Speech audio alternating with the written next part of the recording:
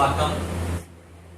आज हम चतुर्थ अध्याय का अभ्यास कार्य करेंगे। चौथे पाठ के अंदर जो प्रश्न उत्तर है आज हम उनको जो है हल करेंगे। उनके जो है पहले प्रश्न में, चौथे पाठ के पहले प्रश्न में जो है अध्याय में आए कठिन संस्कृत शब्दों का उच्चारण अभ्यास करना।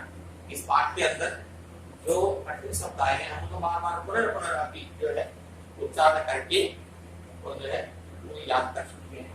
तो देखिए इसके अंदर क्या हुआ है, एक शब्द ये है एक वर्षीया। एक वर्षीया, एक वर्षीया शब्द जो है ये स्त्रीलिंग का है, ये स्त्री के लिए हुआ है एक वर्ष की। उसके बाद में दिया हुआ है अगला शब्द भगिनी। भगिनी का मतलब क्या होता है, बहन। हम इसका उच्चारण करेंगे भगिनी, भगिनी। अगला है किंचित, कुछ, किंचित। इसका हम उच्चारण करेंगे बार बार, किंचित, कुछ। प्रसारयति, अगला शब्द है प्रसारयति, फैलाता है, प्रसारित करता है। अगला शब्द है आकर्षयन्ति, आकर्षित करते हैं, आकर्षित होते हैं, आकर्षयन्ति। उन्हें अभ्यास करते रहे, इसका 2-3 या 4-5 बार अभ्यास करते रहे, तो उच्चारण करते रहे। आकर्षयन्ति, स्नेहयन्ति, स्नेह करना, प्रेम करना, प्यार करना, स्नेह करते हैं। छोटे बच्चे को जब हम बोलते हैं ना प्रेम करते हैं तो हम स्नेह करते हैं, प्रेम नहीं करते तो स्नेह करते हैं।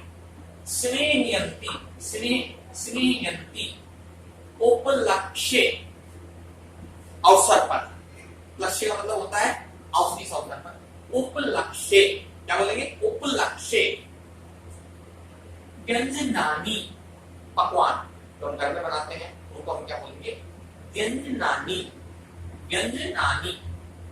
स्थापयिष्यामि, ये बहुवचन का है, उत्तम पुरुष का बहुवचन का है। स्थापयिष्यामि, स्थापित करना, स्थापयिष्यामि, स्थापित करना, रखना। मंगल कामना भी, अगला जो हमारा शब्द है मंगल कामना भी, शुभ कामना से, शुभ आशीष बात से। मंगल कामना भी, मंगल कामना। अगला है हमारा स्वास्थ्य से, स्वास्थ्य से, हमारे शरीर का स्वास्थ्य से संबंध है, स्वास्थ्य से। एक बार इसको जो पूरा थोड़ा सा हार्ड वर्ड है, स्वास्थ्य से, स्वास्थ्य से। यहाँ आधा से और आधा है, इसके ऊपर हमको इसको छूते हुए निकलना है, ज्यादा टाइम नहीं देना है। स्वास्थ्य से, इसका उच्चारण इस प्रकार से होगा, ठीक है। अगला प्रश्न है हमारा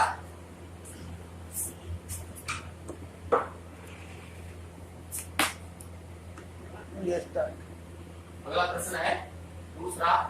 पहले भी ऐसे इस प्रकार के प्रश्न जो है वो कर चुके हैं। शब्द रूपाणी पूर्यक, अर्थात जहां एक वचन में डैश लगा हुआ है, रिक्त स्थान है, उन रिक्त स्थानों में हमको शब्द रूप भर करके उनको पूरा करना है। तो यहाँ पर एक वचन, द्विवचन, बहुवचन तीनों के यहाँ पर शब्द दिए हुए हैं। किसी में एक वचन का पद रिक्त रखा हुआ है, किसी में द्विवचन का पद रिक्त रखा हुआ है, और किसी में बहुवचन का पद जो है वो रिक्त रखा हुआ है, उसको हमको पूरा करना है।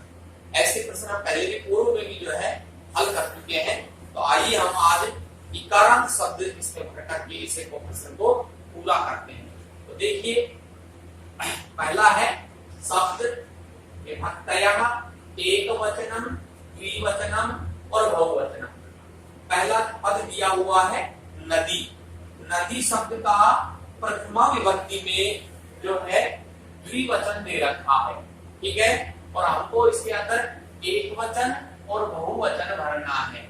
तो अब हम इसके अंदर एक वचन में कर देंगे नदी। ठीक है, हमने एक वचन में भर दिया नदी, द्विवचन में नद्यौ, और फिर बहुवचन में दिया हुआ है रिक्त स्थान। अब हमको उस रिक्त स्थान को भरना है, तो नदी, नद्यौ, और यहां पर आ जाएगा नद्य। इस प्रकार से ये हमारा प्रथमा विभक्ति नदी शब्द इकारांत एक वचन नदी, द्विवचन नद्यौ और बहुवचन नद्य पूरा हो गया। ठीक है, अगला पद है हमारा नारी। नारी शब्द भी इकारांत स्त्रीलिंग है और इसमें पूछा गया है द्वितीय विभक्ति। ठीक है, तो द्वितीय विभक्ति का इसमें हमको एक वचन दिया हुआ है नारी, और हमको द्विवचन भरना है और बहुवचन भरना है, ये हमको भरना है। तो एक वचन हो गया नारी और द्विवचन हो गया नार्यो। द्विवचन हो गया नार्यो और बहुवचन हो जाएगा नारी। इस प्रकार से नारी शब्द का एक वचन, द्विवचन और बहुवचन, एक वचन नारी, द्विवचन नारियो और बहुवचन नारी पूर्ण हो गया। इस प्रकार से ये शब्द जो है कंप्लीट हो गया। अगला है मानसी। यह भी इकारांत स्त्रीलिंग पद है। तो इस मानसी शब्द के अंदर तृतीय विभक्ति का एक वचन दिया हुआ है। क्या दिया हुआ है? मानस्या, और हमको भरना है द्विवचन और बहुवचन। तो इसके अंदर रिक्त स्थान के अंदर भर देना है मानसी ध्यान, मानसी ध्यान। ले लीजिए, इस प्रकार से द्विवचन पूरा हो गया। ठीक इसी प्रकार से मानस्या, मानसीभ्याम, और अब इसी प्रकार से हमको बहुवचन को पूरा करना है। तो बहुवचन में आ जाएगा मानसी भी, मानसी भी। ये हो गया हमारा मानसी शब्द जो है एक वचन, द्विवचन और बहुवचन। एक वचन में मानस्या, द्विवचन में मानसी ध्यान और बहुवचन में मानसी भी। कौन सी विभक्ति में? तृतीय विभक्ति के अंदर। अगर आपसे कोई पूछ ले कि तृतीय विभक्ति मानसी शब्द द्विवचन बताओ, तो क्या हो जाएगा? मानसी ध्यान।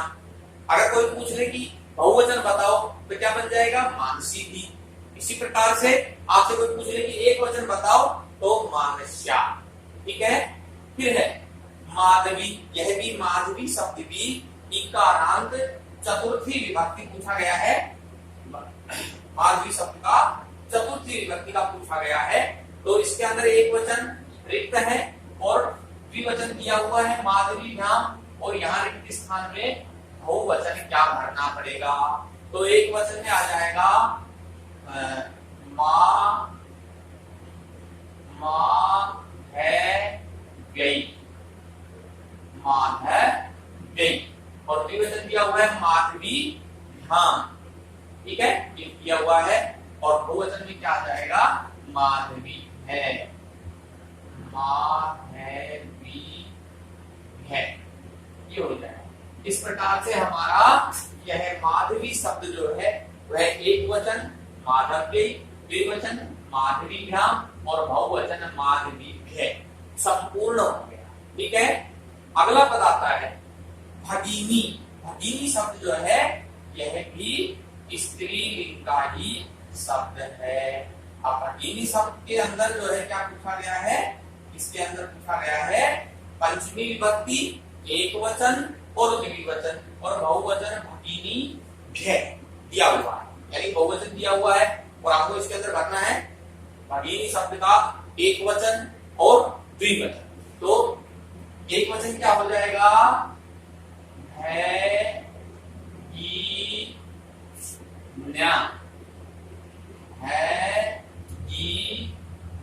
ये हो जाएगा कौन से का? पंचमी विभक्ति का एक वचन, और बहुवचन क्या हो जाएगा? है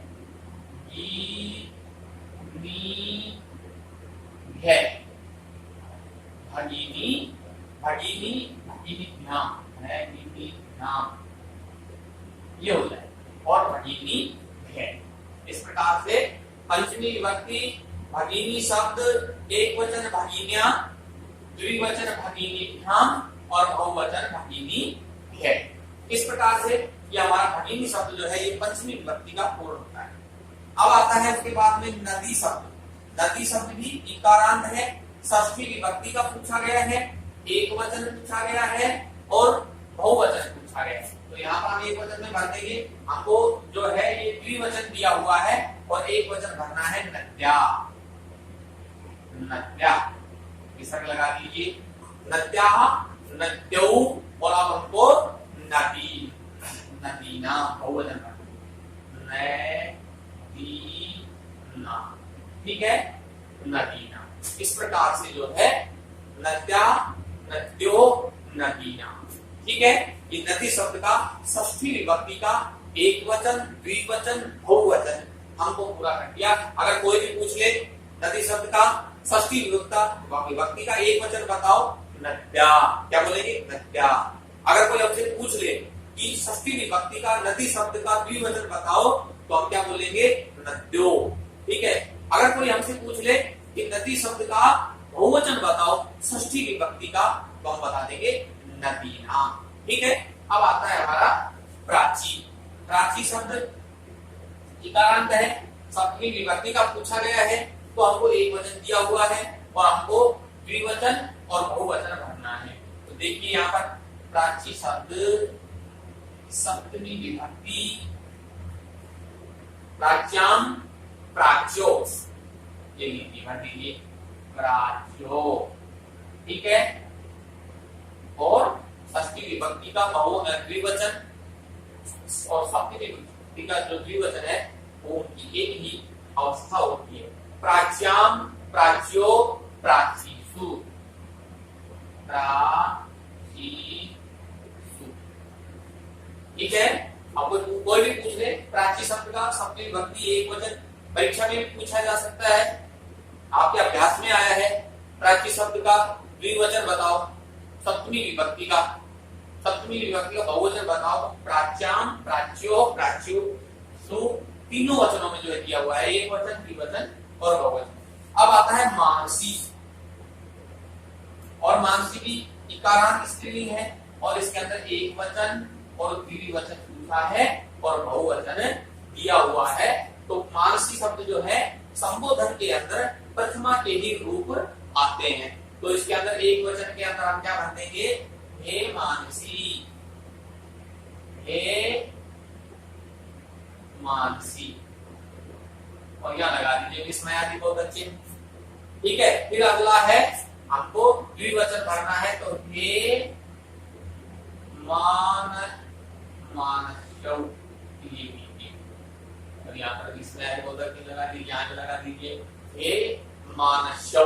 इस प्रकार से ये हमारा शब्द रूपों वाला प्रश्न संपूर्ण हो गया है। इस प्रकार से अगर परीक्षा में भी आ जाए रिक्त स्थान का कोई भी, तो हमको ये स्त्रीलिंग के शब्दों को अच्छे से कंठस्थ याद कर लेना है और रिक्त स्थान की पूर्ति कर लेना है, ठीक है। अगला प्रश्न,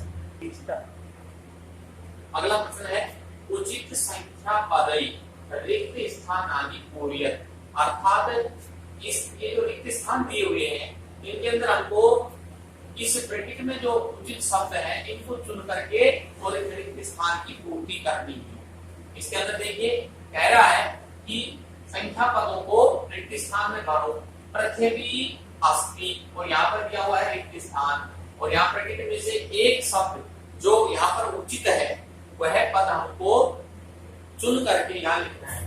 तो हम इसके अंदर से जो है किस आधार पर पद को चुनेंगे, तो उससे पहले हम यहाँ वाक्य में देखेंगे कि स्त्रीलिंग का है, पुल्लिंग का है, नपुंसकलिंग का है, या कौन से लिंग का यहाँ पर जो है करता है समझ लीजिए, या सर्वनाम समझ लीजिए, या इस प्रकार का जो है वाक्य की स्थिति कौन से काल की है दर्शा रहा है, हमको कौन से काल में दर्शा रहा है ये हमको देखना है। तो यहाँ पर पृथ्वी, पृथ्वी जो है स्त्रीलिंग का है, और यहाँ पर देखिए तीनों पद दिए हुए हैं, पुल्लिंग, स्त्रीलिंग और नपुंसकलिंग।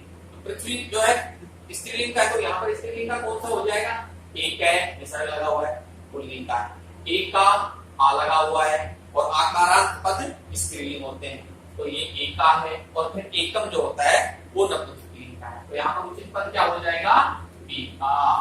तो हम यहाँ पर क्या बना देंगे? एका। पृथ्वी एका अस्ति। इस प्रकार से हमारा वाक्य शुद्ध वाक्य क्या हो गया? पृथ्वी एका अस्ति। अगला पद है मानवस्य रिक्त स्थान पादौ परम पशूनाम। फिर रिक्त स्थान है पादा।